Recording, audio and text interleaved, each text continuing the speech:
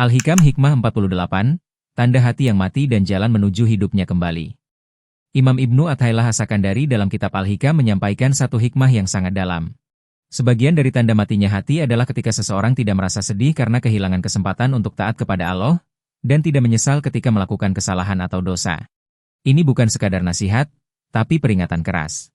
Jika kita melewatkan salat subuh berjamaah, bangun kesiangan, lalu merasa biasa-biasa saja, tidak merasa rugi atau menyesal, maka kita patut bertanya, masih hidupkah hati ini? Orang yang hatinya hidup, saat luput dari kebaikan, dia gelisah. Saat tergelincir dalam dosa, dia menangis.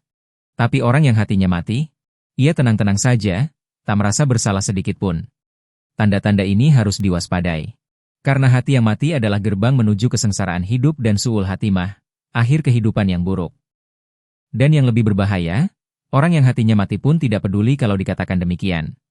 Ia tak takut, tak merasa harus berubah. Lalu apa penyebab hati menjadi seperti itu? Ada 3 sebab utama. 1. Cinta dunia yang berlebihan, yaitu mencintai apa yang akan mencelakakan kita di akhirat. Bisa berupa pakaian, jabatan, atau harta yang menumbuhkan kesombongan dan menjauhkan dari Allah. 2. Lalai dari zikir, hidup tanpa mengingat Allah. Tidak ada basmalah saat makan, tidak ada hamdalah saat selesai. Tidak ada zikir dalam aktivitas, dan tidak hadir di majelis ilmu dan zikir.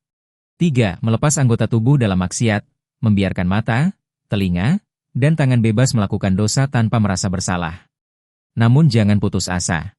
Hati yang mati bisa dihidupkan kembali, asalkan kita mau bersungguh-sungguh. Ada 3 cara untuk menghidupkannya. 1. Zuhud terhadap dunia, bukan berarti meninggalkan harta, tapi meninggalkan hal-hal yang membawa dosa. Pilih yang menyelamatkan akhirat, buang yang hanya mempercantik dunia namun mencelakakan di akhirat. 2. Perbanyak zikir dan hadir di majelis ilmu. Sibukkan diri dengan mengingat Allah, di rumah, di jalan, di tempat kerja. Pasang doa-doa di dinding rumah. Jadikan zikir sebagai nafas hati. 3. Dekat dengan orang-orang yang dicintai Allah, berkawan dengan orang-orang soleh. Tapi ingat, jangan hanya dekat, jaga adab terhadap mereka. Pandang mereka dengan hormat, jangan mengkritik mereka, bantu mereka jika bisa, dan doakan mereka. Bahkan mencintai orang yang mencintai mereka, itu bagian dari adab. Jika 3 hal ini dilakukan dengan ikhlas dan istiqomah, maka insya Allah, hati yang keras akan menjadi lembut, hati yang mati akan berdenyut kembali. Dan kita akan kembali merasakan manisnya iman dan rindu kepada Allah. Semoga Allah Subhanahu wa Ta'ala melembutkan hati kita, menghidupkannya kembali, dan menjadikan kita termasuk orang-orang yang dibangkitkan bersama hamba-hambanya yang dicintai. Amin ya Rabbal Alamin.